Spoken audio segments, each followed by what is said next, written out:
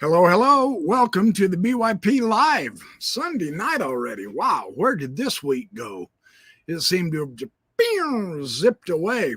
That's because I'm so busy researching and putting together information to share with you guys, and I am having an absolute blast with it. I learn something new every hour, and I'm going to turn around and give it to you guys too. So I'm trying not to crowd the screen. I've had a couple of people say, you're too close, you're way too close, and this must be too close. But otherwise, this way you can see my beautiful eyes, but we won't go that route. Lucky me, right? Anyway, yeah, good evening, everybody. Dean Pollard, Ed Keene, Tim Rathbone, UFO Show Busters from Australia. Aaron Clark, how are you? And the Cynical Banana. Good to see all of you. So, now I've been looking at this particular subject I'm going to share with you tonight for quite a while. It's been several years, and I kind of put stuff together for a while and then let it go. And I've done that with so much.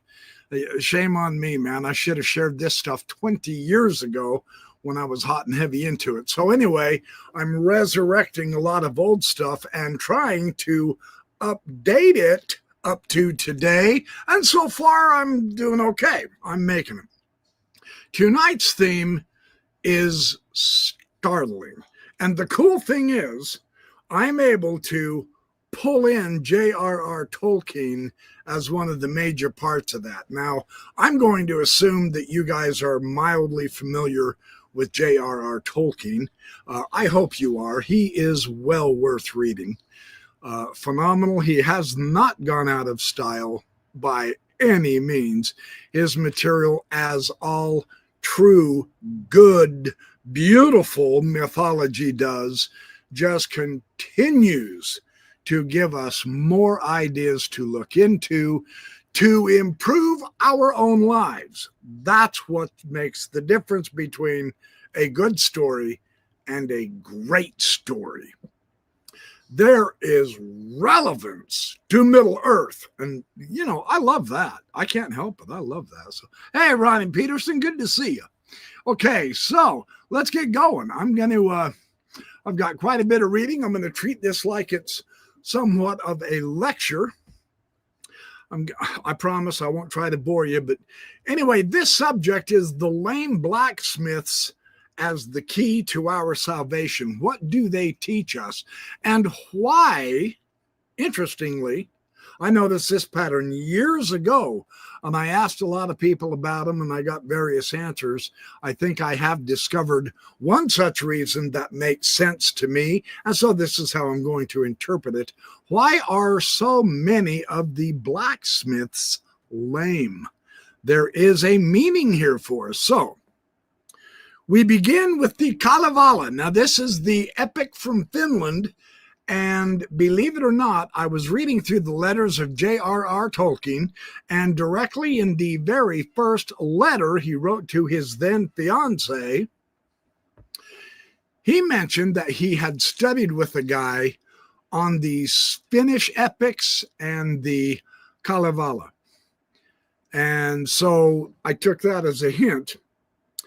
It's not that this was an overwhelming influence on him, but it was a foundational spark for his mythical thinking and writing without question. Tolkien was a philologist who felt that the language's beauty itself and thought was what was important. He has actually said, I must build legends to fit my languages. He developed the languages first, and then he created the legends, the stories, and the myths to coincide with those languages, which I think is exquisitely fascinating. And I'm getting ready to do some etymological videos on Tolkien's materials that are exquisite. So the Kalevala did provide some key mythical motifs for Tolkien: tragic hero, smithing, magic song, talisman object. And he reworked all of these into his legendarium, his Silmarillion, his Lord of the Rings, The Hobbit, The Two Towers, etc., all of that material. It didn't dominate Tolkien's material as much. His mythic universe was not completely based on Finnish, though, because it's one of many strands. Now, Tolkien was just a polymath.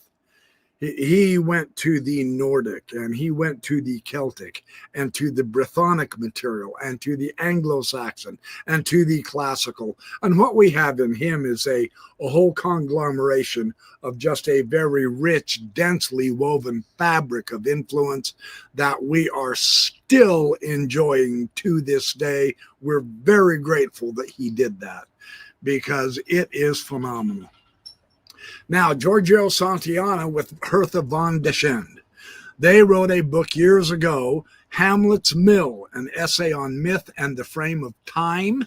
And it is one of the most interesting books I have ever read. And I've read it several times. I've got my copies over here somewhere. Anyway, Hamlet's Mill is important. In that story, they talk about, interestingly, out of the Kalevala, the Finnish epic story, they talk about an object called the Sampo. This is a magic mill, and what it did is, when it was invented, it was supposed to help one of the kingdoms. It would grind out grain in one section of the mill, money in the other section, and salt for the preserving of their meats in another section. And it absolutely made this kingdom super filthy rich and very peaceful and pleasant. And of course, all of its enemies came around and tried to take the mill, and it was stolen. Or in some of the other stories, it was stolen and destroyed, or at least harmed greatly by being thrown into the sea. In some of the other stories, it fell into the sea, and then it began to grind dirt and sand and water. And that is why the sea is so abundant with life, because it ground food for the sea creatures instead of on land, and nobody benefited. This is an astonishing concept, because what the scholarship has discovered with the Sampo is that it is actually, and this is a theme I cover in so many videos because it's literally worldwide, this is the cosmic axis mundi. That is what the scholarship says the Sampo was. They say it's the world axis pole. And what Santayana mentions in the Hamlet's Mill, his main theme is that this is concerning the precession of the equinoxes. It's like a cosmic machine, and when the mill breaks, that means that the age is disappearing. It's breaking, or it's lost. And this is really interesting. It's related to a pillar or a pole. And they argue that the Sampo is nothing but heaven itself, or the sky, or the vault of heaven in mythic metaphor. So the smith forges the Sampo, and it functions for the benefit, the prosperity, and abundance, but then it's either stolen or lost. So, and wouldn't you know, that's what always happens. Someone gets it good in the golden age, and then someone else comes along and wants to take their goodies, and there's all kinds of sterility and chaos that come in the way from that. And so this is cosmic astronomical symbolism, is what Hamlet's Mill is talking about. The Sampo myth is about the slow wobble of the Earth's axis, the precession of the equinoxes, you know, and it is talking about the shifting of the ages. And when the Sampo breaks down, then that particular age disintegrates and it disappears, and there's a new world age that comes through the precession of the equinoxes, and we go through all kinds of chaos and heck and all that jazz. And this isn't as whimsical as you'd think, because as the cosmic machine and the end of the golden age, we have the same thing in our age right now. We are at the dawning of the age of Aquarius. This is the dawning of the age of Aquarius. It was a very famous song back in the 1960s with the peace-loving, you know, people who had their vans and spray painted the peace sign all over everything. It's the decline of the heroic epoch. and it's the beginning of a new fresh age. We are in the cusp of the age of Aquarius right now, and within the next 200 to 300 years, our age will end and Aquarius will take over. Now, there's no single universally agreed on date because it is based on the precession of the equinoxes. There's no real line in the sky that tells you when you are officially in the age of Aquarius. Each age lasts for 2,000 years. We ended up in the age of Pisces at the beginning of Christ's day. And for the last 2,000 years, we've been in Pisces. Now we're going into Aquarius. So some of the Pisces age themes that is now beginning to die off and fade away are faith, martyrdom, saviors, oceanic religion, hierarchies, kings, churches, sacrifice, and dualism. Some of the Aquarius age themes that are now beginning to emerge and will continue emerging and being elaborated upon for the next 2,000 years are things like networks, technology, cosmic awareness, humanitarian unity, individual freedom, knowledge sharing, water bearing, pouring the waters of wisdom onto humanity. Things like that is what's going to probably be emphasized. Now, in the Norse myth, Aulë, his mill, which is Hamlet's mill, it grinds out the ages and tips into the sea. In Hesiod and Plato, the successive ages we read about are the gold, then it turns to silver, then the bronze, then the Iron Age, and every age kept declining. So theirs is a declining system of understanding the ages of mankind. In the Indian Yugas, we are now at the end of what they call the Kali Yuga, and we are awaiting a new Satya Yuga, which is an entirely new age. So this turning, this cosmic axle is moving from Pisces to Aquarius. We're on its threshold, so we're feeling the beginning of the winds of a new symbolism coming on. Now, Santayana's thesis is not totally accepted by the scholarship. It is considered highly speculative. Apparently, they don't like that the ancients had that good of astronomical knowledge, and so they will not accept the interpretation of the myths the way Santayana does. You know, I don't know why they insist that all of the ancient peoples were just as dumb as rocks, but that's their view. So that doesn't bother me nearly as much as just learning about the idea. So, and I'm doing kind of a comparison interpretive. I'm not declaring this is the way it was either. So the connection to the sea and the Sampos fragments making the sea richer is the motive found throughout Scandinavian myth of magical mills that end up under ships. It makes the whirlpool maelstrom in the ocean. That's a big mythological theme. They tie this to the world axis collapse imagery is how they do it. Now, the other interesting thing about this that we learn, and this is verified in several of the ancient mythologies, something that's somewhat of a surprise. I remember being blown away by this when I first read Hamlet's Mill all those years ago. The earth for the ancients wasn't our planet that we walk on. When they talked about Earth, it was actually the sky. This is quite remarkably interesting. In much of the archaic cosmology, Earth didn't mean the lump of soil beneath us. It referred to the visible firmament, the great body of heaven itself. This is the terra firma of the gods that the ancients were talking about. They conceived of the cosmos as layered and flipped. It was inverted by our standards. And that's why Kumaraswami's the inverted tree of heaven, where the roots are up in the heavens and the branches are at the earth, is so important of an image. The sky was the solid earth of the immortals. The fixed dome or the crystal sphere above our heads, that held the stars. This was the true foundation of being. The ground we walk on was the underworld's roof.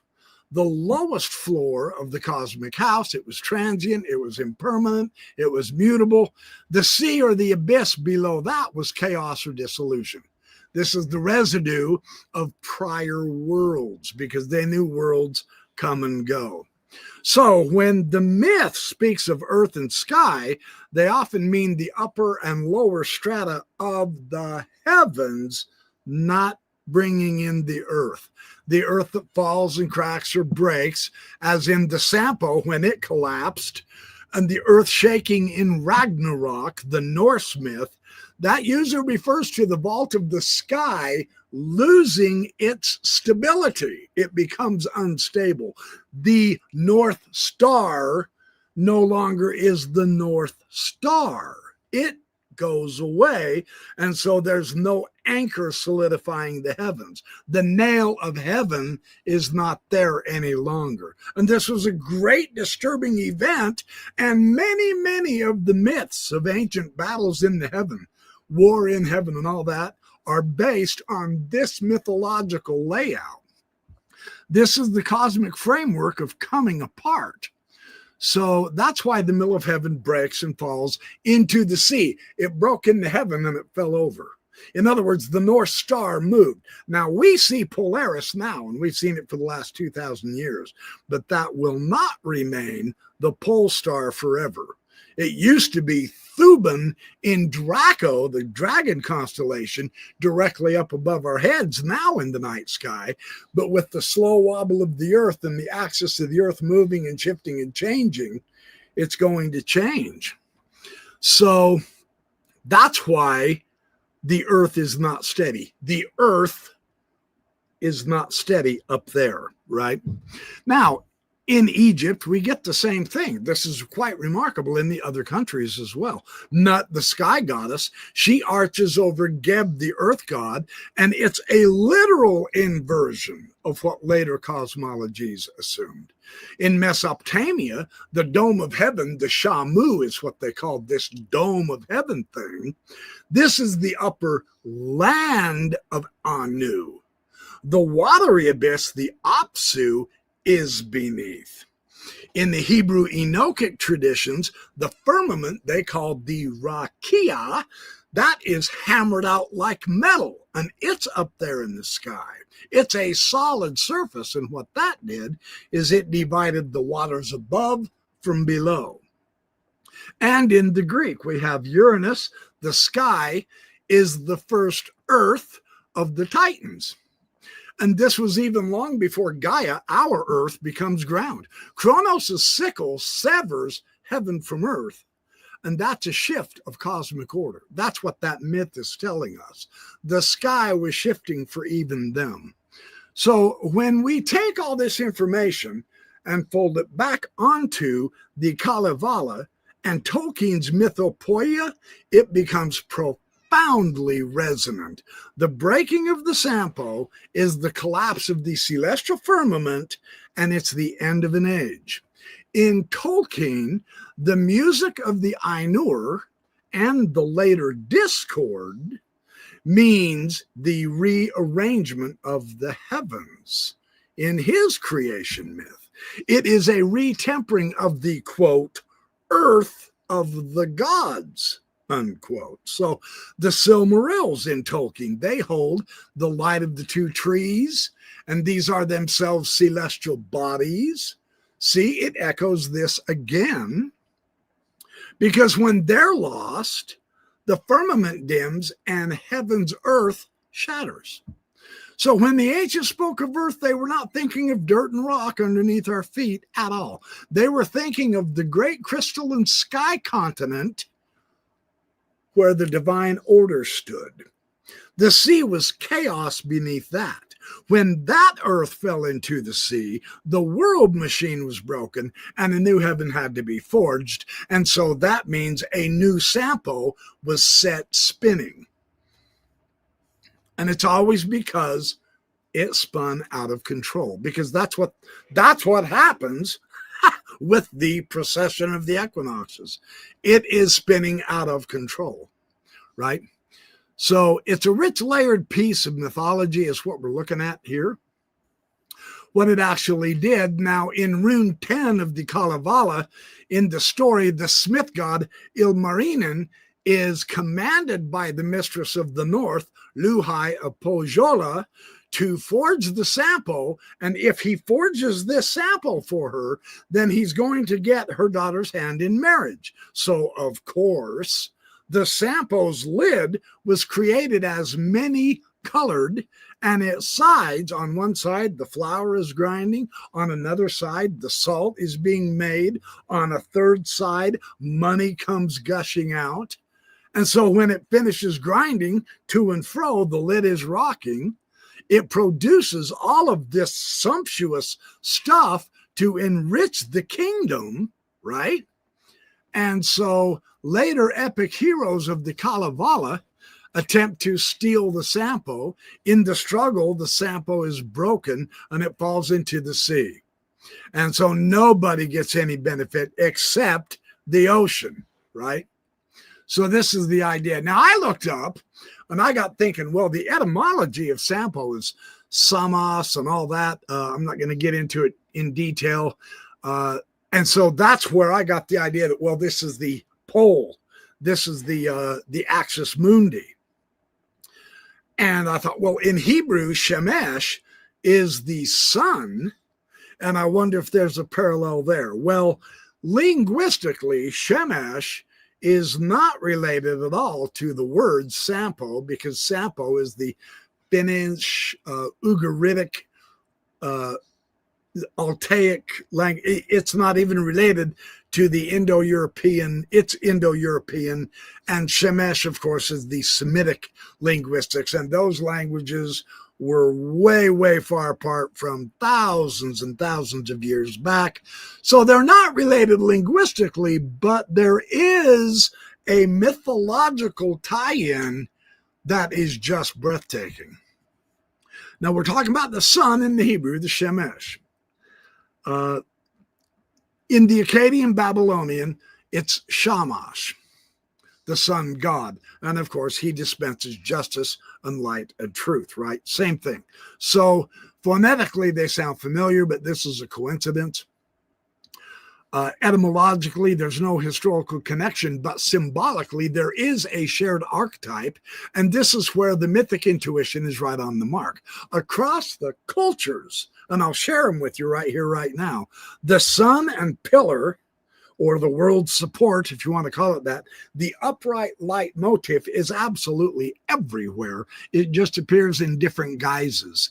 So you have the sampo and the samash from the Finnish. This is the cosmic pillar, the axis of the heavens, and it is known as the source of abundance. The skamba is coming from Vedic India, and this is where they say the etymological connection with the Finnish materials come from, is from the Vedic Indian, and that means a support or a pillar. In the Skamba hymn, the Artha Veda 10 and 7, it calls it the cosmic support of all the worlds. It's the center of the entire universe in the Vedic tradition. When we get to Egypt, we have the Jed column. When it stood upright, they say it represents the backbone of Osiris, and he is the resurrected deity, and his backbone gives stability to the cosmos and resurrection to all life. Same thing. When we get to the Norse, we get to the Yggdrasil. That's the world tree, the axis between the 9 levels of heaven. And the number 9 becomes very important with them. Shamash in Mesopotamia, this is simply the upright blazing sun. It's the pillar of truth, which dispenses cosmic justice. And then in Hebrew, we have the Shemesh, which is our physical sun. It's also used in the early cult imagery as a bridegroom coming from his chamber. So the names aren't linguistically related, but the mythic pattern is the same thing. What we have is a luminous or a standing upright vertical structure connecting heaven and earth. And this is what gives order to the cosmos and life to the cosmos. That's exactly what Hamlet's mill is talking about, the world axis, pillar and solar principle. It's a machine of heaven. So that's very interesting. Now, the smith god Ilmarinen, he made this sample. And I thought, well, okay, so a smith made this.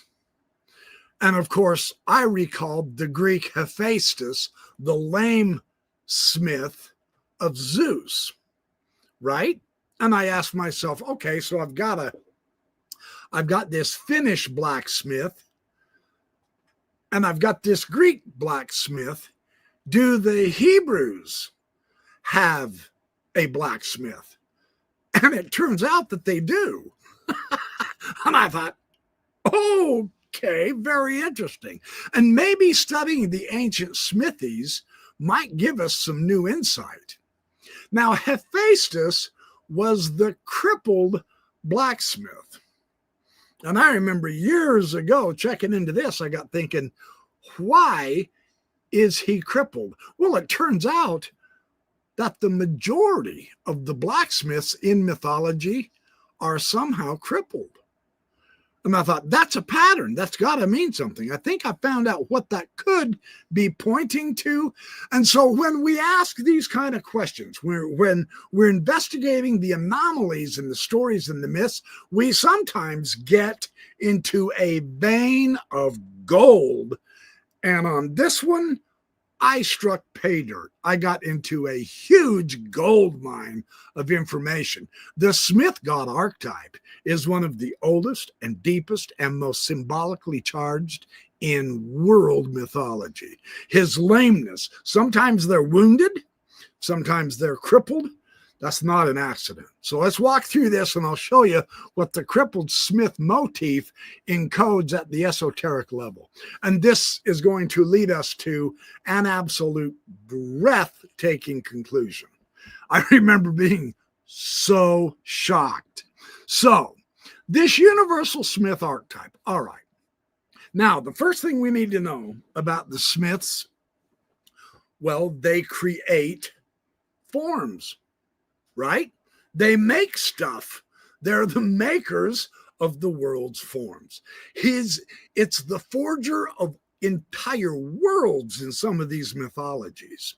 It's the transformer of the elements. It's always standing at the threshold between fire on the one hand and matter on the other one. And the forger, the smithy, is also the go-between between heaven and earth. And that's a clue. So in the Finnish, you have Ilmarinen, and he forges the sample, the mill, the world machine of abundance and order. So in Greek, we have Hephaestus or Vulcan. What he does is he forges the weapons of the gods. He also builds their palaces, and he's lame from birth because he was cast down off of Olympus. In the Egyptian pantheon, we get Ptah, P-T-A-H, Ptah.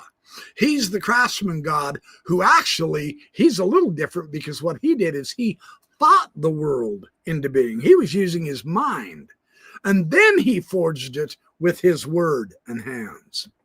In Mesopotamia, we have Ea and Enki. They are the fashioner of mankind and of sacred tools. They always forge tools as well. And these are associated with metals and order. And then in the Canaanite Hebrew pantheon, we have Tubal-Cain. He is the instructor of every craftsman in bronze and iron, according to Genesis 4:22, and in later esoteric readings. In the Celtic, he's the ancestor, actually. Tubal-Cain is the ancestor of Freemasonry's Hiram Abiff legend, and Hiram Abiff is the very famous forger who built Solomon's temple in the Old Testament, the first temple of Judaism. So this is very significant here. In the Celtic, we have Goibniu. Now, he is the smith of the Tuatha De Danann. His ale and his forge grant immortality to all. In the Norse myth, we have Völund, which is Englishized, I guess, to Wayland. This is the master smith. He's captured, he's maimed, and he takes vengeance through craft and flight. In the Hindu Vedic tradition, we have Tvastur, Vishvakarman. He is the divine artificer who builds the gods' weapons, again, the gods' weapons, and the universe itself. So, yes, in the Hebrew tradition, Tubal-Cain, and by later transformation, Hiram Abiff of the Freemasons, the builders of Solomon's Temple, they do stand in the same archetypal line of the Greek Hephaestus and the Finnish Ilmarinen. So the lame smith Hephaestus, he's the son of Hera. Now, sometimes in some of the different myths that we get from Greece, he doesn't have a father. He only has the mother. Or sometimes his father is Zeus and his mother is Hera. He's born lame, or else he's made lame after being thrown off of Olympus for defending his mother. Zeus grabbed him and, whirled him around, threw him right off the mountain. And that crippled him. It can't kill him. He's a god, so it just crippled him. Interesting myth, isn't it? None of this is meant to be taken literal. If you literally read this, you're an idiot. Don't literalize the myths. They're teaching us truth through symbolism, not through history. But they are teaching us truth. Make that crystal clear in your mind. So, anyway, Hephaestus ends up living beneath the volcanoes, Mount Etna. And his assistants, of course, are the very famous one-eyed giants, the Cyclops. And he forges Zeus's thunderbolts, Achilles' shield, and countless divine artifacts, Achilles' armor, etc. He marries Aphrodite, interestingly enough, who stands for beauty, who betrays him with Ares, in other words, war. So there's an esoteric dimension to all of this about the wounded demiurge. The smith is the demiurge, that is, the craftsman who gives form to the divine idea. Without the smith, we have no material stuff. His lameness shows that manifestation itself is imperfect. Spirit, when entering matter, becomes crippled, it becomes limited and distorted. And I'll explain that a little further. Now, in the Gnostic and the Hermetic readings, the cosmic craftsman fall, when he does fall from heaven, this is what they said is creation. The fall of the god is the creation itself. This is the descent of pure light into dense matter. And then we have fire and form. Fire is the essence of the transforming of materials. When you heat up different metals, you can mix them up together. If you've ever done any blacksmithing, I've done a little bit, and or welding, you can weld different metals together. Aluminum is one all off on its own. However, the other metals you can weld together, etc. If you've done that, you know that heat, fire, is the essence of transforming that metal, right? You must burn something is the idea here, and there's a reason. The smith's limp is the price they pay for touching divine fire. He bears the wound of the forge, is how the myths describe this. Now, when we compare it with the shaman or the alchemist's dismemberment, the initiation through heat and ordeal, we're touching the same vein of idea here. So the smith is fallen, but it's necessary. Hephaestus is cast down from heaven, yet his work upholds heaven. That's an interesting paradox. The paradox of the fallen Savior, or the Luciferian craftsman. Luciferian meaning the light bearer, not the devil. That is a later incorrect interpretation of Lucifer. We don't have to follow that noise. It's wrong. So beauty and matter, he marries Aphrodite. And what this symbolizes is form and beauty combined. Now, it's not perfect, though. It's imperfectly combined, but it's definitely combined. So the betrayal of Ares with war shows that energy and desire can overwhelm form, causing conflict. It's an allegory of cosmic tension. That's why you don't want to read this literally. It's allegorical and symbolic. So this is what we have is called a theophany of transformation. The smith is always about transformation. In other words, all things change. That's it. That's the whole thing. Nothing you have is going to last. It's going to change. It's going to break down, usually when you deserve it or want it to, something's going to break down. That's what it is. The base metal turns to gold. That's the alchemical ascent. The chaos turns to cosmos. That's the ordered world. The spirit meets the body. That's called incarnation. The hammer and the anvil of the smithy are the emblems of the cosmic duality. That is force meeting resistance. That is how form is made. See, the forge is the lab of creation itself. In other words, in Hermetic terms, it's the Athenor. It's the vessel of rebirth is what we're looking at. So when Ilmarinen forges the sample, or Aulë in Tolkien forges the dwarves, or Hephaestus forges the armor of Achilles, they are acting as sub-creators, and this is the very idea that Tolkien would later enshrine. Humans and demigods echo divine creation through craft. We humans love to make stuff. That's reflecting the divine heritage that we came from. We are the human side of the smithies. Now, the price of fire is lameness, and this repeats everywhere. Hephaestus has a crippled leg from being thrown from heaven.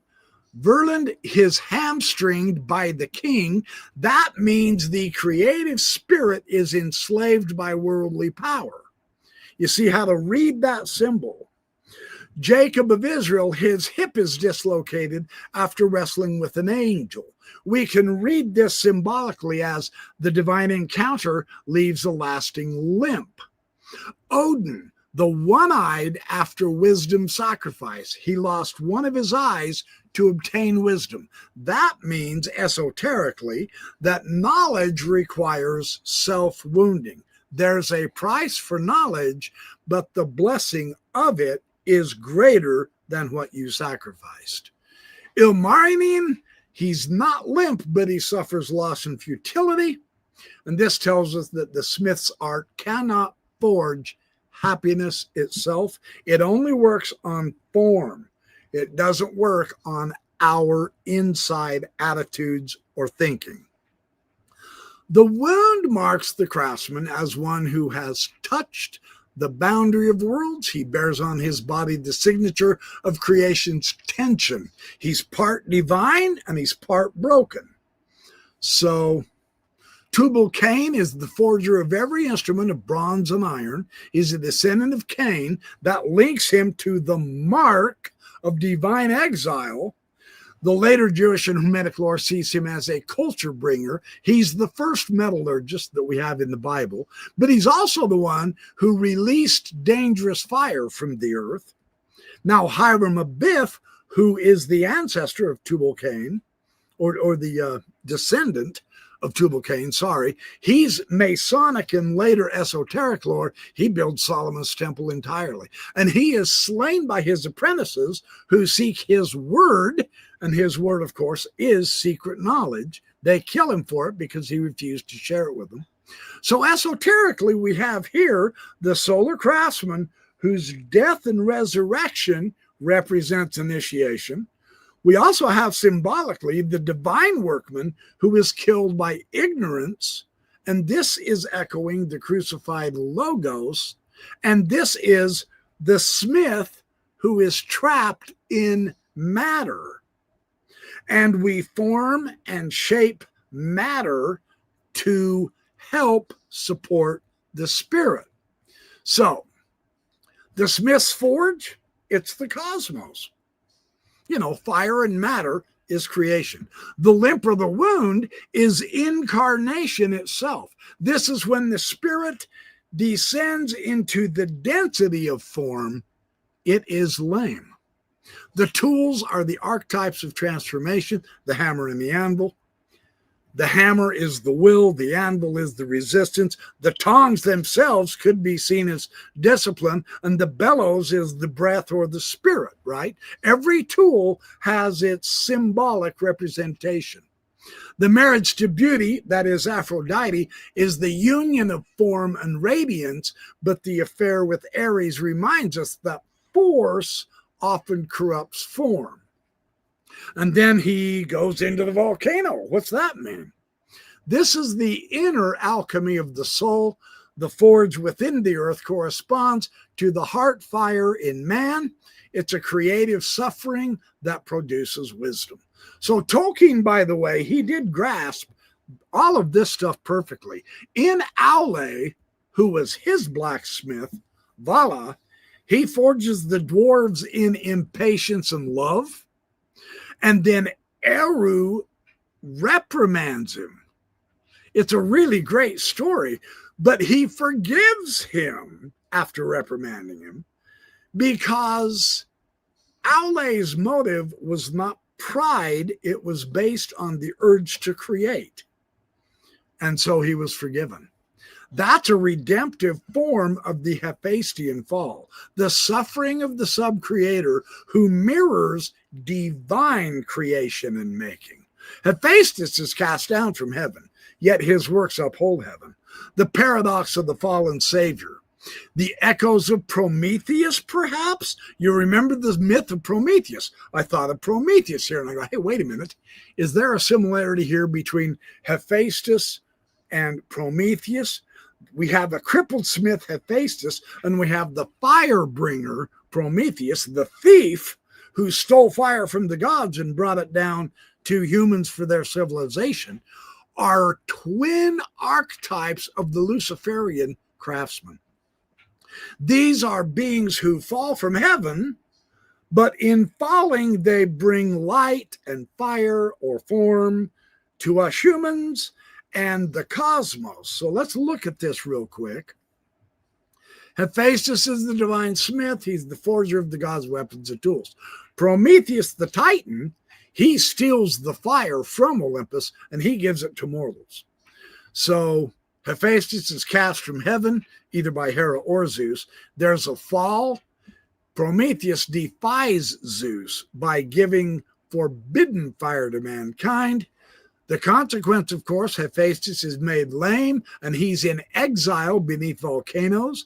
The consequence for Prometheus is eternal torment. He's chained to a rock and the eagle eats his liver. Now, I think I've got a video that I'm going to create. I don't know if I can get it done this week, but I will discuss that idea of Prometheus's torture by the eagle eating his liver. That is a profound symbolism. It's things like that that when you read in the myths, you go, what is that actually trying to tell me? If you take that literal, you just miss it altogether. Don't do that. That's the stupid way to do it. Forget literality. Try to find the meaning. And I'm working on something that I'll share with you later on in the week. So anyway, Hephaestus is craftsmanship. He is the shaping of matter guy, while Prometheus is about consciousness, technology, illumination to mankind. His domain is the forge and the volcano and the molten earth for Hephaestus. For Prometheus, his domain is the fire, the intellect, the spirit, and rebellion. And I have some very interesting ideas on that. These guys are two sides of the same coin. Hephaestus creates with divine fire. Prometheus transfers divine fire to humanity. And we benefit. Both of these deities bridge heaven and earth. They both suffer for it. They both embody the paradox that divine rebellion is in service of creation. And again, I'm working up a video on Prometheus and God. So here's the shared pattern. And this comes out worldwide. This is what we're seeing here is a being of light or fire, and he falls from heaven. In the process of the fall from heaven, he's wounded or chained, yet his fall empowers creation. Lucifer, the light bearer, is the third key to this. He is cast down, yet his name literally means the bringer of dawn. Odin, along with Hephaestus and Prometheus, he hangs himself on the world tree, and this brings back the wisdom of the runes. Quetzalcoatl, he descends to the other world to give humanity maize, the food of the gods. And Enki and Ea, they defy the higher gods to save humans in the flood. In each case, the rebel here becomes a redeemer. The fall is creative. It's not a punishment. It's a creativity.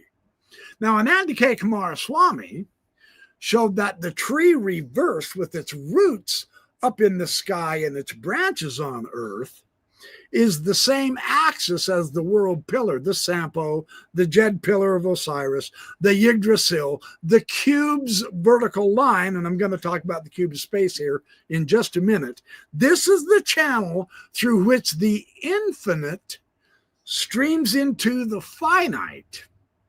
And this is our huge clue here. For lack of a better way to put this, this is the anti-gravitational imagination of spirit. It's the realization that what we think of as up and down are simply reflections, and that life grows downward into matter and upward into consciousness at the same time. So we can feel how perfectly that it harmonizes with everything we've already explored. Aulë's hammer in Tolkien's myth, The Silmarillion, that's poised between heaven and earth. Well, that's the axis where creation crosses obedience, right? Tolkien got that. Odin hanging on the tree. Now, he is self-suspended upon the axis to gain the runes. Abraham's altar in Genesis 15. This is where he's sacrificing the birds. This is a meeting of the vertical, the divine, and the horizontal, the human. So now we have a biblical precedent here. The cube of space is the tree inside geometry, the heart line joining above and below in the cube. So when we add Kumaraswamy's inverted tree, the whole system blossoms vertically here.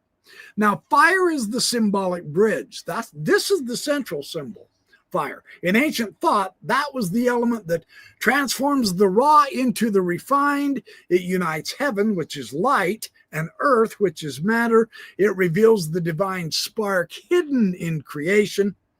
And so, I mean, think about this from the God's point of view. Prometheus steals this from you, or Hephaestus masters it. What the myth is saying is divine energy enters into matter and consciousness awakens within the physical.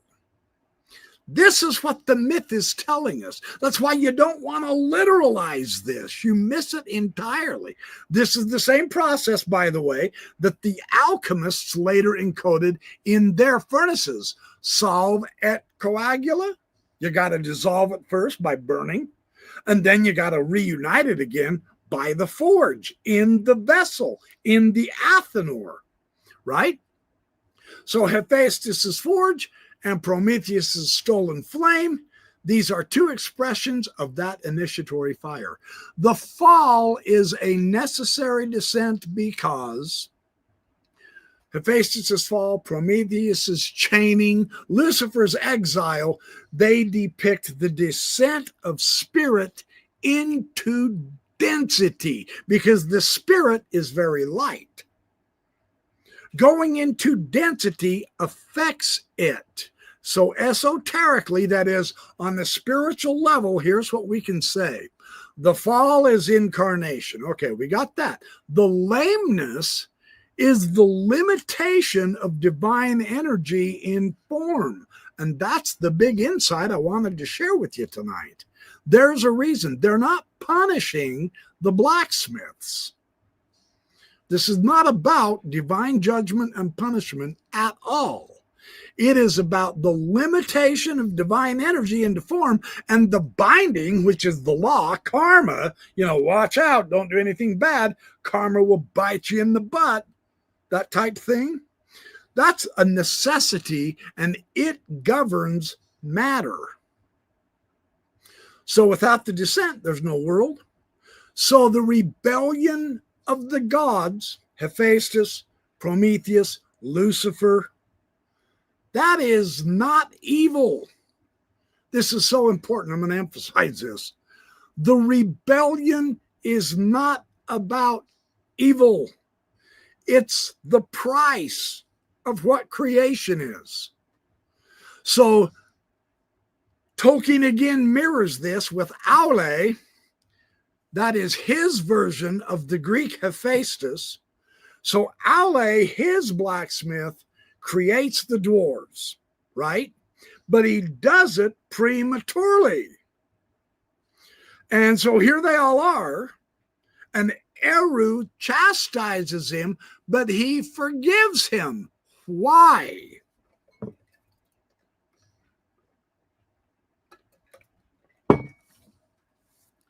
Because Aulë's motive was love, not pride.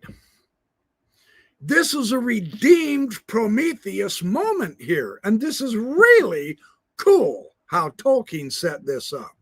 This is what makes Tolkien so worth reading. He has all kinds of just glittering jewels in his material. And there is a feminine counterpart with Pandora and Aphrodite to boot. And I'll explain more of Tolkien here in a minute. But I wanted to get this in because after Prometheus' theft, Zeus sends Pandora, who is crafted by Hephaestus, and she's adorned by Aphrodite. The firebringer's crime and the smith's art, when we combine them together, generate woman, beauty, and mortality. In other words, the human condition. See, Hephaestus and Prometheus together in one mythic movement co-create humanity's tragic brilliance, creativity, suffering, longing for the divine fire that we once stole. That is important. So in our esoteric understanding of this, we get to what I would call the inner forge. Inside each one of us, inside the initiate. We have Hephaestus on the one hand, Prometheus on the other. They become psychological forces for us. Here's how the myths become relevant when you don't literalize them. Let's take a look at this. This is really cool. The inner process is the awakening of our own creative will. The mythic mirror is the theft of fire. But that's what it means. We are being awakened with our creative will through this myth. The descent of soul into matter is the fall from Olympus. The transformation of matter, of ourselves, through our suffering, this is the lameness and the chaining that it's symbolizing that. The mastery of form and illumination because of our suffering is the forge of divine art in our soul, and the reconciliation with the divine order itself is the return of fire turned into light inside of us. We become light. And if you've been paying attention to my videos, I have said that in every video of Enoch that I've made. I think I've made like half a dozen of them now. That is the point of the book of Enoch. Well, now we see it's the same principle, not just in the Hebrew, but now we're talking the Greek with Hephaestus and Prometheus, who are every bit as well known, if not better, than the books of Enoch. And they're all saying the same thing.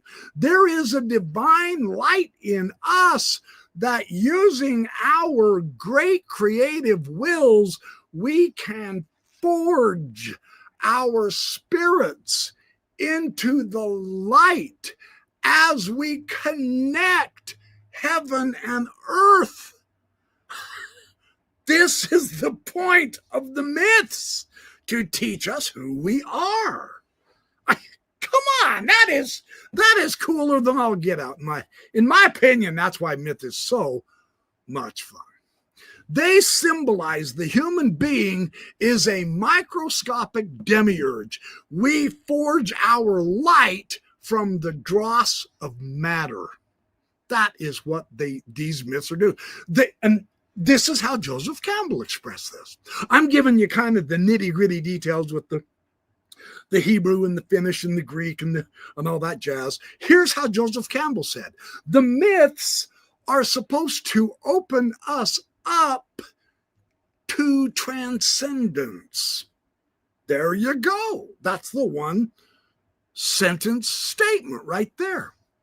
So, Hephaestus and Prometheus represent two poles of the same archetype, the creative rebel who mediates divine fire. That's us. That's you and me. And to be a rebel is not about being evil. That's the main point of the myth. Their myths express the sacred paradox. We fall, and in that fall, it saves us. We fall into the world, and we're wounded, but our wound is what creates the fire that then turns to light inside of us, and we are redeemed. Wow. The Luciferian craftsman, not the devil. Stop using that phony later Christian wrong interpretation. Lucifer is not the devil. He is the light bearer. And I am going to do a video on this too. I've tracked down the history and the etymology and the mythological and the scriptural use of Lucifer. And I've got bad news for those of you who think that's the devil. You're just not paying attention. And I will do a video on that, I promise. It's very important because in the myths, Lucifer is a hero, and he has to be because he is the light bearer. He's not the bad guy. He's the good guy. It's amazing how silly some of this stuff gets. He is the engine of evolution, is how we could look at him, you know. This is consciousness refining itself through ordeal. So in our mythic logic then, creation itself is born of rebellion, and redemption is born of craft. But what the rebellion is against is the limitation of the light into matter. We have to accept that limitation, but we transmute it into a connection between heaven and earth. We climbed the ladder of Jacob with him. Jack and the Beanstalk. You think that children's story is just a cute little story? That children's story is the myth made plain and your answer. When you climb the beanstalk, you get the heavenly gifts. That's the Axis Mundi. They hid the mysteries in the children's stories, man. That's fun. So, the descent of light into density makes it lame. The limitation in the denseness of matter. So here is the cube of space theme.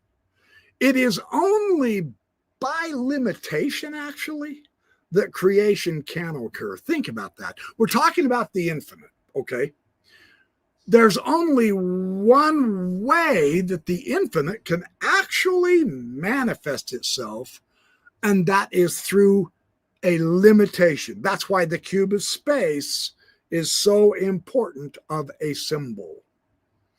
It's giving the infinite permission to be seen as the finite while retaining its properties of the infinite. But it does accept the limitation.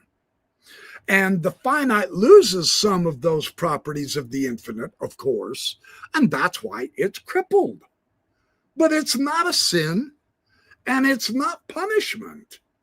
It's the infinite saying, hey, I want you to understand as much of me as possible, but in order to do that, I recognize there has to be a creation which, by definition, is a limitation. And the symbol for that is the cube of space. That's fantastic. So, in Kabbalah, the Ein Sof, the infinite, this is above the tree of the Kabbalah. It must contract itself. Notice, the infinite does not expand in order to be seen.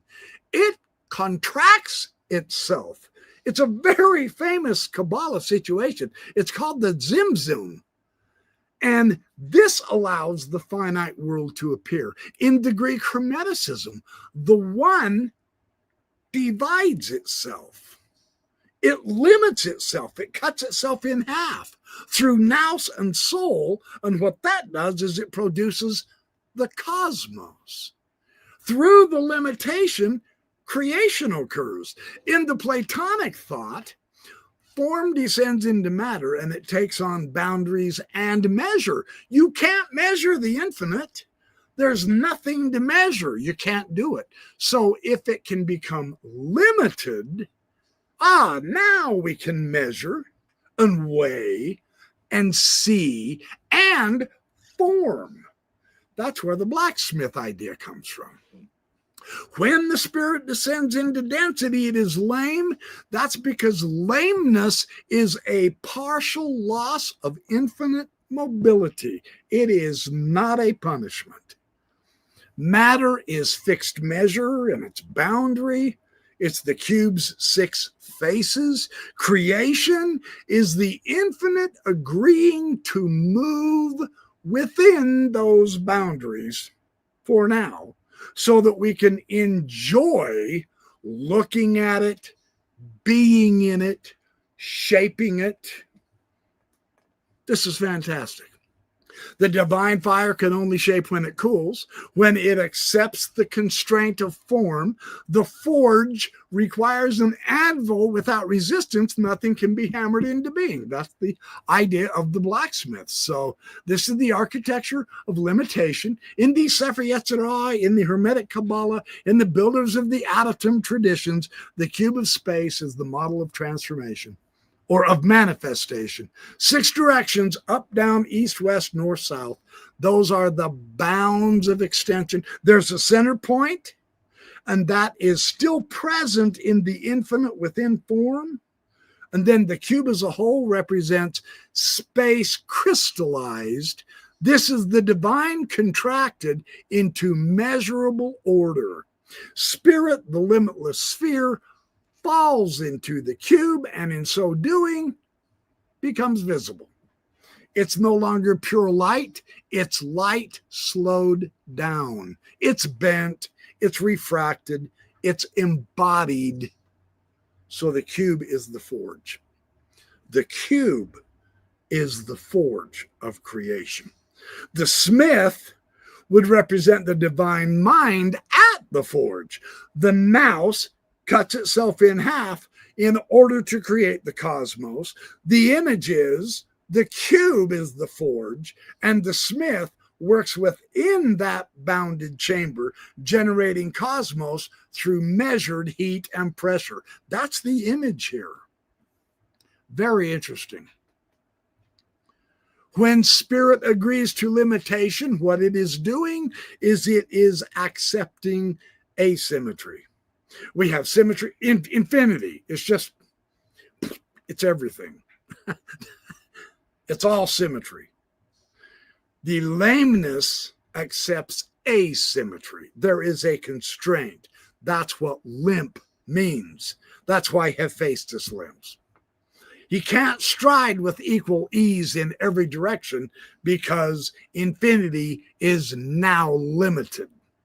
He's grounded in the particular, the local, the measurable, and it's only there that he can actually build a world. The infinite to be known must become finite. The finite to exist must be a wounded version of infinity. The limp is the signature of incarnation. It's a reminder that perfection has entered imperfection in order to make it luminous. It's not a punishment. It's what it's seeking. So very interesting. How far am I? Oh, we're doing good. Are we still together here? Let me check. Oh, I've been an hour or so. Yeah, let me keep going. All right, so the forge is the cube of space. That's the bounded cosmos. The fire is divine energy and spirit. The hammer and anvil are where the opposites meet, active and passive. And the smith is the mind, the demiurge mind, which the Greeks call the logos, rationality, the ratio, the math, the words, the music, etc. So this is the infinite operating under the laws of space and time. So creation costs symmetry. And this is a slight fall from perfect unity into polarized duality. So there is a fall, but there is also a redemption, because that's the only way that form can be born. Again, not a punishment. So, and this appears everywhere. The Kabbalah, like I said, is the Zimzum, the contraction of God's light to create space. In Christianity, that's called kenosis. This is the self-emptying of the logos into flesh. The Christians are very much aware of this. In Hermeticism, the Hermetics are very familiar with this, as above, so below. The higher is mirrored in limitation, right? The Platonic talks about the forms descending into the receptacle in Plato's Timaeus, and modern physics infinite yields manifesting as quantized particles. Each describes the same movement. Infinity permits finitude so that it may be known. Hephaestus' limp, Prometheus' change, the cube's edges, all the symbols of this divine self binding. And the inner reading here for us is, we too are lame. We are crippled. This is not a punishment, because we are sparks of that same infinite, right? And our creative life repeats this pattern. Every act or art or thought that we have contracts the infinite imagination into a finite work. We are doing this all the time.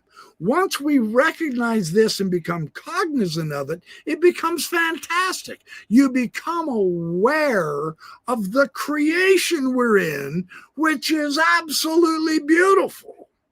Every word spoken limits the boundless silence to a single form. Have you ever thought of it that way? Wow. Every incarnation narrows the divine scope into a body. That's why true creativity feels both ecstatic and painful. It's the fire entering the cube. It's the spirit consenting to be lame for a while. The infinite allows itself to be crippled by form so that form may reveal the infinite. Limitation is not a flaw. That's the other point. And I've got this in bold. I wanted to make sure not to miss this. Limitation is not a flaw, but it's the mechanism of manifestation. Aulë, who is Tolkien's Hephaestus, creates the dwarves prematurely. So Eru chastises but forgives him because his motive was love, not pride. And it's a redeemed Prometheus moment. Lucifer is the light bringer, not the devil then. And the dwarves got the 7 rings in Tolkien. And they make. That's their reality. They make stuff, the dwarves. And the problem is they get greedy with what they make out of metal and stone. They get greedy through their craft. And that's the point of Tolkien. The dwarves are the right ones who are the miners and the craftsmen and the smithies of metal. And that can't be an accident on his part. He knew something of the early deep ground he had to have, and here it is. Aulë is the redeemed Prometheus / Hephaestus. He never quite falls all the way. So in the Silmarillion, Tolkien's creation account, Aulë made the dwarves because he was impatient of the coming of the children of Ilúvatar, and he desired to have learners to whom he could teach his crafts to, and people that he could love. Now that's pure Promethean yearning. This is the craftsman longing to share the divine creative impulse. There is absolutely nothing wrong with that. But here's Tolkien's subtle twist. Prometheus and Lucifer act against the divine will, and they are punished. Aulë acts before the divine will, but not in rebellion, in love and impatience to create. So when Eru rebukes him, Aulë offers to destroy his work instantly. This is an act of humility that redeems him. This is the difference. This is why Tolkien is so amazing. Do you not see that these things have no life of their own? Then Aulë took up the great hammer to smite the dwarves and wept.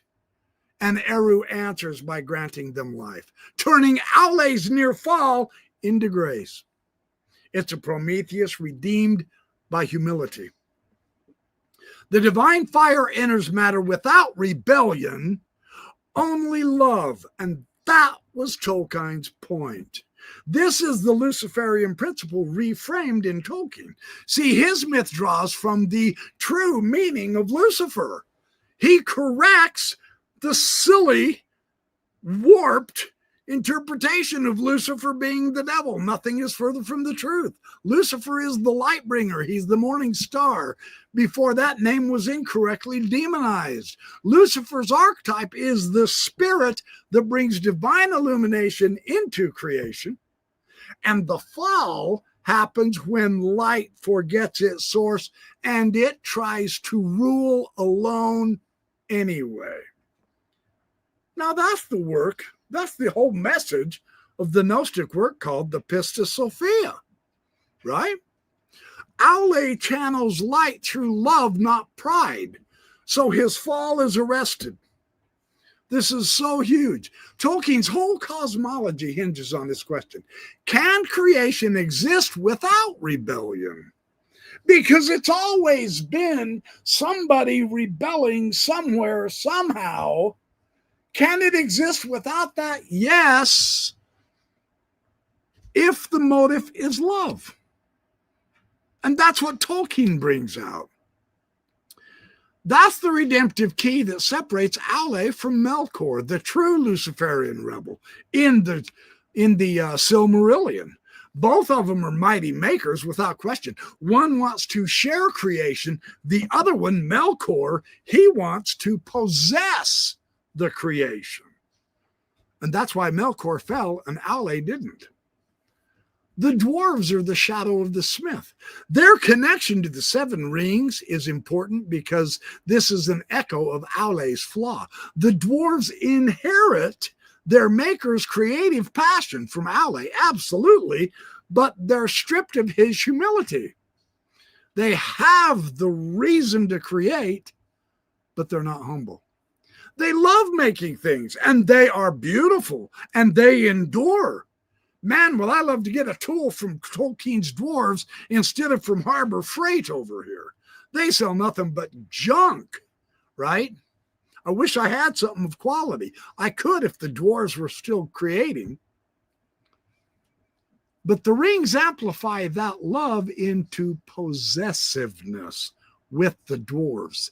There's the problem. They make, but their making becomes self-centered. They hoard gold instead of giving light. And I mean, that's Thorin Oakenshield in the movie that we've all watched. You saw how he got really greedy when he re-inherited that the Erebor, the bunch of gold. The creative fire turns to greed, and the luminous forge becomes a prison of metal.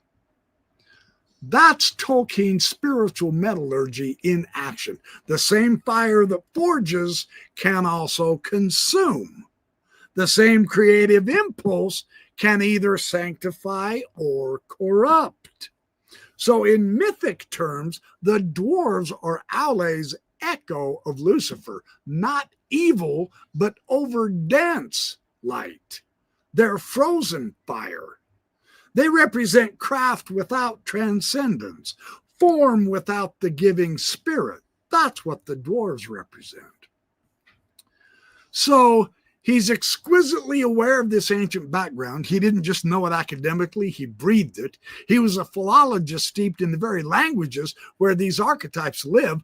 Aulë itself echoes the Old English A-L, meaning fire or shining. Mahal, the dwarves' name for him, resembles the Hebrew malach, the angel or the messenger. And Kuranir is Saruman. He literally means the man of skill. This is another smith that has fallen. Tolkien read the Kala Veda, the Vedas, the Eddas, the Book of Enoch, the Silmarillion's own sources in his imagination. He absolutely knew the myth of the fallen light, and his entire legendarium is an answer to the fall of light. Melkor represents Lucifer unredeemed because he's the fire spirit that makes discord. Aulë is Lucifer redeemed. He's the craftsman whose humility saves him. The dwarves are an echo of both of these, the creative impulse bound in matter. So they are the right ones to be the miners, the craftsmen, and the smithies. In his essay on fairy stories, on letter number 131, Tolkien said, "We make still by the law in which we're made. We subcreate, not to counterfeit, but to praise." That's why we subcreate. So the right makers would be represented by Aulë, the elves, Gandalf, even Sam tending his garden. They create in praise, whereas the wrong makers would be represented by Melkor and Sauron and Saruman, who create in imitation or with domination. That's the problem. And the 7 rings expose that danger. The love of craft slips into greed, which is creation without grace. That's why the dwarves' rings amplify the wealth, but not the beauty. The forge lost its light. The light descends, it becomes metal, and it hardens into greed unless it's transfigured by love. And that's what Tolkien wanted to be known. That's why it was so important. So he says in the Silmarillion, the secret fire was sent to burn at the heart of the world. Well, the secret fire, that's Ea's inner flame. This is the flame imperishable, right? It's the same Promethean spark. It's the divine consciousness embedded in creation. Aulë and the dwarves work within it. Melkor seeks to possess it. The elves reflect it in art, and the hobbits unknowingly preserve it in simplicity. So yeah, Tolkien knew. He took the whole lineage of the divine smith, the Ilmarinen, the Hephaestus, the Prometheus, the Tubal-Cain, the Lucifer, and he retracted it through a cosmology where making is sacred when done in harmony with the creator. That is what Tolkien's about. His legendarium is the alchemy of fire made moral. Very interesting. When Ea rebukes him, he offers to destroy his work immediately, and that's the act of humility that redeems him. Or in the same spirit, he that loses his life shall find it, and he that keeps his life shall lose it, sort of theme that we got from Jesus. It's the same principle. That moment when Aulë lifts the hammer to destroy his beloved work is not just mythic drama. It's a reenactment of the gospel paradox of surrender. He that finds his life shall lose it. He that loses his life for my sake shall find it. Aulë's surrender is the turning point. He acted out of love, but without authority. That's the point. His instant repentance is pure kenosis. It is a self-emptying. He has no pride.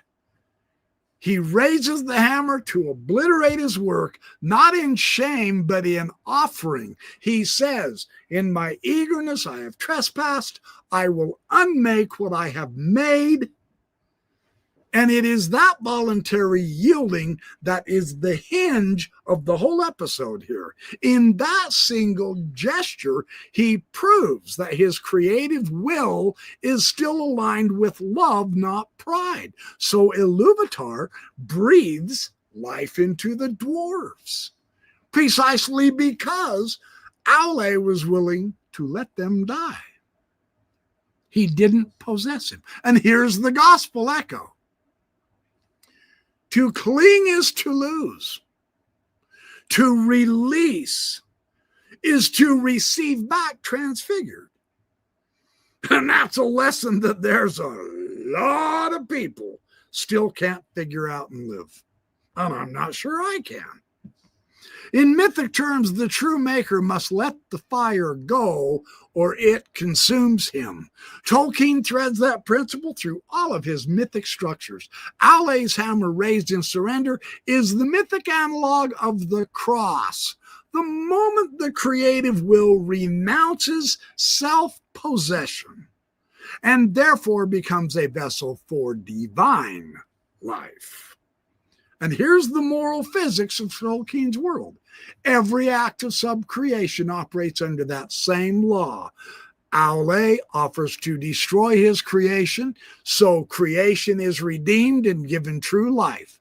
Fëanor, he clings to his Silmarils, the vessels of light, and he gets doom and exile. Frodo renounces the ring, but he cannot hold the will. So grace intervenes here, and redemption is given through mercy. Gandalf, he falls in Moria, and he yields his life, and he returns as the white, a reborn servant with ever greater light and power than he had as Gandalf the Grey.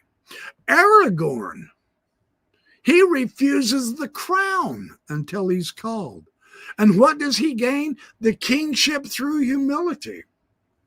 The law of relinquishment governs all of creative and all of redemptive acts in Arda.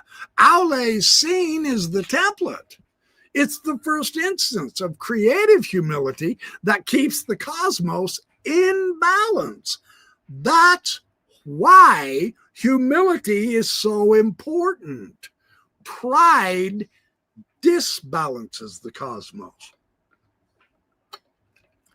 The infinite retains infinity by giving itself away.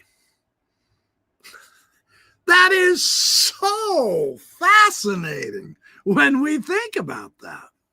The act of kenosis, self-emptying, is how being becomes world. The act of surrender is how the world becomes luminous again. Aulë's willingness to lose his children mirrors the infinite's own self-limitation, what we just described earlier as the spirit becoming lame in matter. When the finite surrenders its claim to separateness from the infinite, then the infinite flows back through it. Life is restored. That's how it works. So yes, Aulë's hammer poised over the dwarves is the parable of losing one's life to find it, set in mythic metal and flame. It's beautiful how Tolkien put this all together. The pattern and the redeemed maker. The desire to create is the impulse of divine likeness. The overreach or attachment gives us a potential fall. The recognition and surrender leads to purification, and grace or renewal is when creation is restored to harmony. Aulë, unlike Melkor or Fëanor, completes all four of these steps. That's why he is the model of redemptive craftsmanship, the maker who knows when to unmake. Aulë's act is the mythic prototype of Christ's paradox, the creative will that yields itself and thereby receives true life. He says, "In my eagerness, I have trespassed. I will unmake what I have made." That voluntary yielding is the hinge of the whole episode. In that single gesture, Aulë proves that his creative will is still aligned with love, not pride. So Iluvatar breathes life into the dwarves, precisely because Aulë was willing to let them die. And I ask myself at this point, holy cow, that reminds me of the Akedah of Genesis. Is this the Akedah? Is this not Abraham sacrificing Isaac? And the sacrifice in that very difficult chapter of Genesis chapter 15, of which the testament of Abraham and the apocalypse of Abraham are somewhat documentaries and commentaries on? Tolkien's Aulë episode is structurally and spiritually a retelling of the sacrifice of Isaac in the Old Testament, man, and is transposed into the register of divine craftsmanship. This appears to be a line of mythic transmission that runs straight through Genesis, the Apocrypha, and Tolkien's own theology. Let's look at this pattern. Genesis 22, Abraham is told, "Take your son, your only son, whom you love, and offer him." Three essential movements form the archetype. Divine command that seems to contradict love. See, this is a test of trust. The obedient raising of the knife is the total surrender of possession, your son whom you love, and it's the divine reversal, life restored through faith. The act of willing sacrifice reveals Abraham's heart. He loves God above the gift. The ram substituted for Isaac seals the covenant of faith. Now, Aulë in Tolkien is the mythic Abraham. Now put Aulë's story beside it.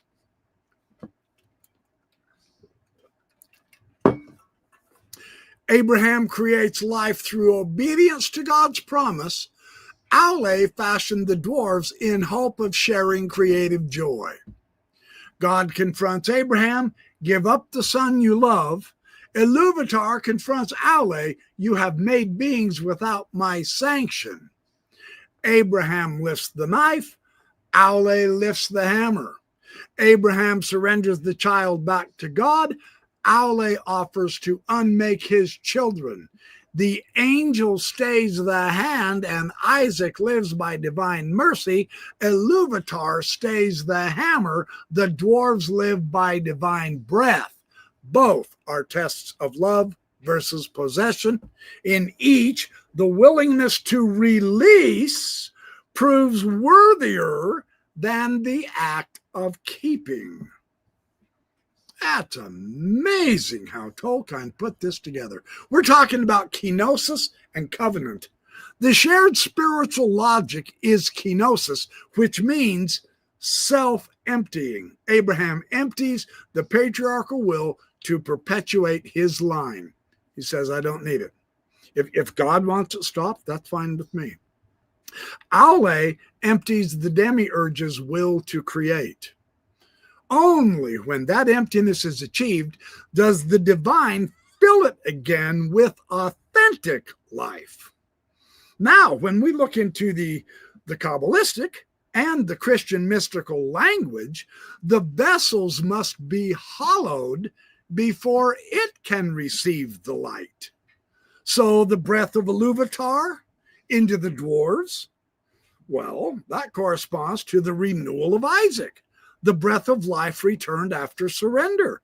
Creation is sanctified only after it passes through the fire of relinquishment, is what the stories are telling us.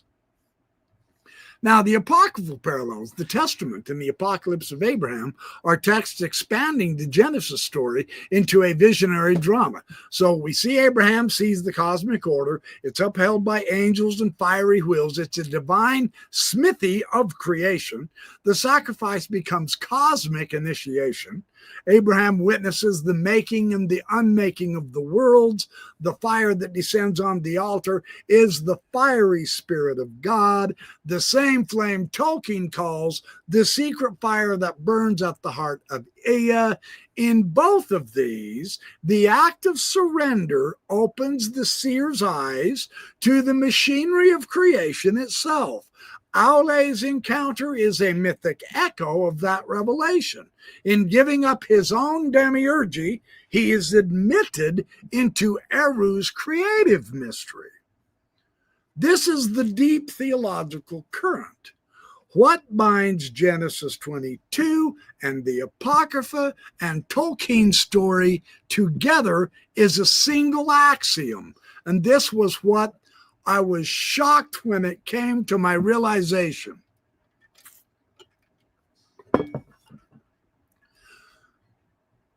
Only the relinquished creation can live letting go of greed and possession. This was indicated from the very beginning of Tolkien's epic and found throughout the story of the long history of the Third Age. When Gandalf told Bilbo concerning the ring that he greedily clutched obstinately, Gandalf said, "It has got too far much hold on you. Let it go. And then you can go yourself and be free. Leave it behind. Stop possessing it." This is the one sentence to rule them all, and in the light bind them. For truly, Only the relinquished creation can live by us letting go of greed and possession. Abraham, the promised son, lives only after the Father's total trust. Christ, life arises through voluntary death. Aulë, the dwarves live only after the Maker yields them back. See, Tolkien turned the ancient pattern into a myth of art itself. The artist must sacrifice possession of his work. The maker must give the creator the creation back to the creator. Only then does the divine breath animate it. The forge and the altar, seen through this lens, Aulë's forge becomes an altar. The hammer lifted is the knife. The anvil is Moriah. The fire beneath is the consuming love of Iluvatar. When Aulë's heart breaks in surrender, the fire ceases to destroy and it begins to illuminate. That's why the dwarves, though not children of Iluvatar, still carry his spark. They were forged through sacrifice. Aulë's story is the Akada transmitted through mythic metal and subcreation. Tolkien is brilliant beyond description here. The craftsman tested like Abraham. He's redeemed through surrender and granted living offspring by grace. That is why the best myth exploration feels alive. You start tracing Tolkien's smiths, and suddenly you're standing with Abraham on Mount Moriah. Man, you follow the limp of Hephaestus, and it turns into the contraction of the infinite within the cube of space. You examine the dwarves' greed, and you're looking straight at the moral metallurgy of creation itself. You feel it because you're not just analyzing myth. You're living it in real time. You're rediscovering the sacred architecture beneath the story and the symbol. That's what turns learning into illumination. And looking broader, man, we come to realize that this is the context of Odin as well-being on Yggdrasil, the world tree. His sacrifice of his eye for the runes, that is the knowledge. And the 9 is the number of completion, isn't it? Even triple completion of 3, which represents the beginning, the middle, and the end, so that 3 times 3 gives us Hermes Trismegistus, thrice blessed. Odin on Yggdrasil hangs himself by his own will, pierced by his spear 9 nights for the runes. Aulë lifts his own hammer to destroy what he loves, offering it back to the source. Abraham raises the knife in obedience, trusting the higher will. Each scene is about consent to sacrifice. The divine or the semi-divine being agrees to limitation, to pain, to loss in order to draw deeper knowledge or deeper life. That's why the Norse texts say Odin gave himself to himself. It's self-sacrifice as cosmic law. Odin lost an eye. Half of his perception was surrendered so that the whole can be seen. He gives up literal sight to gain inner sight. Exactly like the craftsman giving up control to gain true creation. The runes he seizes afterwards, these are the letters of reality. These are the primal patterns of the cosmos. This is his version of the secret fire or the breath of Eru. 9 is the completion through ordeal. 3 represents the beginning, the middle, and the end. That's the smallest complete cycle. 3 times 3 is the cube of wholeness, the fully turned wheel. 9 nights for Odin, 9 worlds on Yggdrasil, 9 rings for men in Tolkien, the 9 months of gestation. Every tradition that treats 9 as sacred is telling us that wholeness requires full passage through limitation. And we get it. Hermes Trismegistus, thrice great, represents the triple mastery, the mastery of the physics, the alchemy of matter, the mastery of the mental, the alchemy of thought, and the mastery of the spiritual, the alchemy of unity. So, 3 times 3 is 9, the full spiral of becoming. The Trismegistic mind is the one that has passed all 3 turns. That's why the Emerald Tablet can say that which is below is like that which is above. It's the same law of sacrifice and return written in another key. Odin hanging on Yggdrasil, Aulë lifting the hammer, Abraham raising the knife. Each gives consent. Each act is self-offering, not punishment. Vision is surrendered to gain inner sight with Odin. Knowledge costs something. The price is always part of yourself. Even if it's your time, it may not be your eye. It may be your time. The cost to me of purchasing all of these thousands of books, not only monetarily, but then taking the time to read them and acquire that knowledge, has been decades of my life, and I'm all the richer for it. I'm not losing my life by doing this. I'm gaining knowledge. That's how I've looked at it. That's the idea here. The pattern says only by moving through every plane does being become whole. So this is the archetypal rhythm of sacrifice, limitation, which leads to illumination, and it plays through all of the mythologies. When these myths start speaking to one another like this, that's the moment of gnosis. The living pattern revealing itself through you. The one sentence to rule them all and in the likeness bind them is only what we are willing to unmake can truly live. What makes the One Ring so dangerous is its ability to possess the owner totally. Gandalf tells Frodo that it's far more dangerous than he had supposed those years before and would overcome any mortal who possessed it.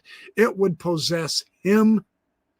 This is why Gandalf wouldn't even touch the evil thing. The key is to let the ring go. That is as much a spiritual law as a physical one. Since only in letting go does one give up the vice of greed and possession, which always ends up. Greed and possession always ends up as tyranny that leads to chaos and death. That's why the myths are saying, let it go. It's not worth it. The law governs the Sampo's bounty and its breaking, Hephaestus' wound and his wonders, Abraham's knife and Isaac's breath, Odin's eye in the runes, and Aulë's hammer and the living dwarves. It is also the law of every honest craft and every honest heart. Consent to limit. Surrender the claim, and the fire turns from consuming destruction to illuminating creation. We have the overall paradoxical yet truthful picture now. There is the descent that is an ascent, paradoxically enough. The fall that creates form, the root that becomes the crown. It is the axis of reciprocity between heaven and earth. The anti-gravitational imagination of spirit. The phrase perfectly bridges Tolkien's metaphysics and Kumaraswamy's symbolism with the biblical Akada and the mythological stories all over the world. It's what happens when Aulë's hammer swings through gravity, or when Odin hangs on the tree upside down to see right side up. By the act of surrendering self-possession and greed of physical and spiritual and esoteric things and knowledge, which is the true way of opening up to transcendence, one gains everything. First you give, then you receive. So that's my discussion tonight. I hope you've enjoyed this. I had a lot of fun putting this together. This was a lot of fun because it just rings to me. This gets you right here, as far as I'm concerned. So, and maybe I'm just a nut job out here in La La Land, spouting inanities. I have no idea. And yet I do know. I've spent my life learning this fantastic, soul uplifting stuff so that I can now spend the rest of my life sharing it with those who want to improve their lives, because they are really, truly, like myself, dissatisfied with the world as it is, because it's going to hell in a handbasket, and it just doesn't have to be that way. The correct response is not to try to heal the world, but begin here with love and let that flow. So that's what I've got. Stay tuned this week. I've got a lot of materials I'm working on that I'm going to be able to share with you and help you out with all kinds of fun stuff. The world literature and the world mythology and the world scriptures, look, they are loaded with good information. We just have to try to find it and tap into it and see what relevance it has to our lives. And what's blowing me away is they have phenomenal relevance to our lives. And that to me is very exciting. So I'm going to pass it on, and hopefully I'll get you guys excited about it. So this is me signing out. I love y'all.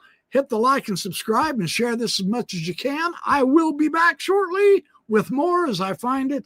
And I have mountain loads of stuff to share with you. So you guys have a great evening, and I'll be back shortly.